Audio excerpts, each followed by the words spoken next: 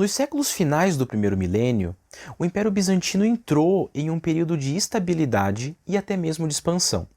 Após o início do que a historiografia chama de período macedônico, marcado pela ascensão de Basílio I em 867, os bizantinos conseguiram superar alguns problemas internos, como o iconoclasmo.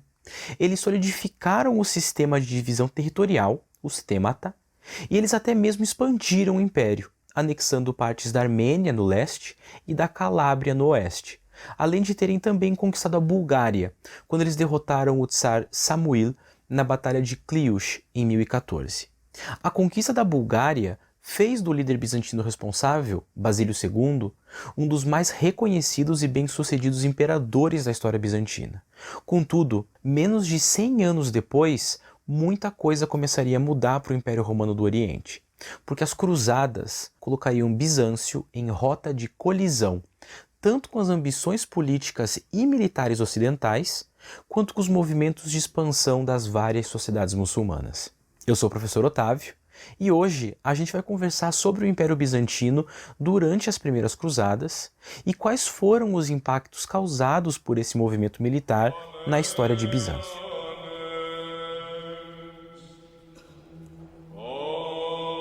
Apesar das conquistas de Basílio II, o seu reino enfrentou problemas de sucessão. Como o imperador morreu sem filhos em 1025, quem assumiu o trono foi seu irmão, Constantino VIII Porfirogênito. Constantino não tinha qualquer ambição por política, o que fez com que o seu breve reinado fosse preocupante e desastroso. Ele também não tinha filhos e por isso ele se preocupou em casar suas filhas Zoé e Teodora. Nessa altura, ambas princesas tinham mais de 40 anos e estavam solteiras porque Basílio II, o tio delas, havia proibido que elas se casassem com nobres bizantinos, temendo que isso causasse uma usurpação do trono, já que quem se casasse com elas se tornaria imperador. Por isso, ao longo da sua vida, Zoé e Teodora foram tratadas como moeda de troca na diplomacia com o Ocidente. Zoé, por exemplo, foi prometida em casamento para os sacro-imperadores romano-germânicos Otão III em 996 e Henrique em 1028, mas nenhuma dessas uniões aconteceu. De qualquer forma, poucos dias antes de morrer, Constantino VIII escolheu, como marido de Zoé, um nobre de pouca força política, Romanos Argíros. Romanos já era casado, mas ele foi obrigado a se divorciar para se casar com a Zoé.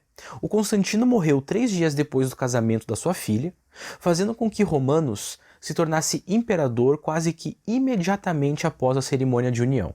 O reinado de Romanos durou pouco mais de 5 anos e foi ineficiente. Entre 1028 e 1034, ele sofreu derrotas militares e conspirações da sua cunhada, Teodora, que acabou sendo enviada para um convento. As fontes mostram também que ele e Zoé se odiavam, o que fez com que Zoé encontrasse um amante de baixa classe social, Miguel Paflagônio. É possível que Zoé e Miguel tenham envenenado Romanos, já que eles oficializam o seu casamento no mesmo dia em que o imperador morre. Assim que Miguel Paflagônio ascende ao trono, ele passou a temer que a sua esposa, Zoé, tentasse lhe envenenar da mesma forma que eles haviam feito com Romanos. Assim, ele a mantém excluída da vida política e exerce, assim como seu antecessor, um reinado pouco eficiente. Com Zoé fora da corte, as decisões de Miguel são influenciadas pelo seu irmão, um eunuco chamado João Orfanotrófos. Miguel morre pouco mais de 6 anos depois de se tornar imperador, e João convence Zoé a adotar como filho Miguel Calafates, sobrinho do eunuco e de Miguel Paflagônio. Ao assumir o trono, Miguel Calafates bane o seu tio, João, para um monastério, e alguns meses depois ele faz o mesmo com a sua mãe adotiva, Zoé. Como a dinastia macedônica era muito popular em Constantinopla, o banimento da Zoé causa revolta e o povo da cidade exige o retorno da imperatriz regente. Miguel Calafates obedece, mas isso não acalma os ânimos de Constantinopla, e a população exige também o retorno da irmã de Zoé, Teodora. Diante dessas exigências, Miguel Calafates foge para o monastério, mas mesmo assim ele é preso, cegado, castrado e morre alguns meses depois. Com a abdicação e morte de Miguel em 1042, Zoé e Teodora seguem como co-imperatrizes do Império Bizantino, algo único na história de Bizâncio. Contudo, o conflito entre as duas irmãs começa a aumentar e Zoé procura aumentar a sua influência se casando pela terceira vez, dessa vez com Constantino Monomachos. Essa união fez de Constantino o novo imperador em 1042, e o seu reinado foi marcado pela morte de Zoé aos 72 anos em 1050 e pelo grande cisma de 1054, quando as igrejas de Roma e de Constantinopla se separam de maneira definitiva. O imperador morre em 1055 e ele é sucedido pela antiga imperatriz e irmã de Zoé, Teodora, que havia retornado para um convento depois da morte da irmã em 1050. Ela governa sozinha por pouco mais de um ano e morre em 1056, com 76 anos. O seu sucessor, Miguel Bringas, iria governar por exatamente um ano antes de abdicar e ceder o trono para Isaac Comnenus, que iniciaria uma nova dinastia. Zoé e Teodora foram as últimas imperatrizes da dinastia macedônica. Ambas morrem sem filhos, encerrando assim a linha sucessória iniciada por Basílio I em 867. Miguel Bringas, que não era parente de sangue de Zoé e Teodora, governa enquanto imperador da Casa Macedônica, mas a sua abdicação abre espaço para um novo período dinástico. A gente pode perceber então que as conquistas e triunfos desse período, que culminam com Basílio II Bulgaróctonos, não sobrevivem aos problemas sucessórios do século XI. Ainda durante o final turbulento da dinastia macedônica, surge uma nova ameaça ao leste do Império Bizantino, os turcos seljúcidas. Os turcos seljúcidas se originam no final do século X, quando um chefe turco chamado Selçuk Beg se islamiza e abandona a região do Cáspio e segue em direção à Pérsia com os seus filhos e os seus netos. Lá eles vencem a dinastia reinante, chamada de Gaznévida, e fundam o grande Império Seljúcida. Esse novo poder turco, ele logo conquista também os territórios do Iraque, que por muito tempo estiveram sob controle do Califado Abássida, e se tornam a mais expressiva força islâmica na região. Eles travam um primeiro conflito com o Império Bizantino em 1048, ainda no reinado de Constantino Monomachos. E ainda que a batalha acabe em uma trégua, não iria demorar para que os seljúcidas começassem a infligir derrotas expressivas para o Império Romano do Oriente. Isso ficaria mais evidente com a dinastia que sucede aos macedônicos, conhecida como dinastia Ducas. Como a gente viu, Teodora e Miguel Bringas são sucedidos por Isaac Comnenus, que assume o trono em 1057, mas abdica em 1059 em favor de um nobre conhecido como Constantino X Ducas. Constantino reina até 1067. Em 1068, o seu sucessor, Romanos Diogenes, assume o trono. Logo que toma poder, Romanos entra em conflito com os seljúcidas, numa série de campanhas que culminam na famosa Batalha de Manzikert. A Batalha de Manzikert aconteceu em 1071 e foi um conflito bastante decisivo, tanto para os bizantinos quanto para os turcos. Uma série de falhas e estratégias desastrosas fez com que Romanos perdesse a batalha e inclusive fosse feito de refém por Alp Arslan, o sultão seljúcida, por alguns dias. Enquanto isso, um levante contra Romanos acontecia em Constantinopla. E quando ele retorna do acampamento de Alp Arslan, ele é derrotado por outros membros da família Ducas e é cegado. Mas os seus olhos são furados de maneira errada e violenta, e logo ele acaba morrendo por causa dos ferimentos. Assim, o poder passa para Miguel Parapinaques, que reina até 1078, e depois para Nicéforo Botaniates, que reina até 1081. Nesses 10 anos que separam a Batalha de Manzikert e o fim da dinastia Ducas com Nicéforo, o Império Bizantino passa por muitos problemas políticos internos, que aliados com a derrota para os seljúcidas em 1071, fazem com que o importante território da Anatólia fosse gradualmente perdido e dominado pelos turcos. Então, entre a morte de Basílio II e a abdicação de Nicéforo Botaniates, o Império Bizantino entra em turbulência. As ameaças externas crescem, agora representadas pelos turcos seljúcidas. Os problemas internos aumentam e se transformam em crises sucessórias e intrigas palacianas. Territórios são perdidos e conflitos militares trazem terríveis derrotas, como no caso de Manzikert em 1071. Contudo, essa onda de azar, que durou pouco menos de 60 anos, é parcialmente dissipada com o sucessor de Nicéforo, Aleixo Comnenos. A ascensão de Aleixo em 1081 marca o início da dinastia Comnena, que havia sido, entre aspas, fundada por Isaac Comnenos, o imperador que sucedeu brevemente Miguel Bringas em 1057.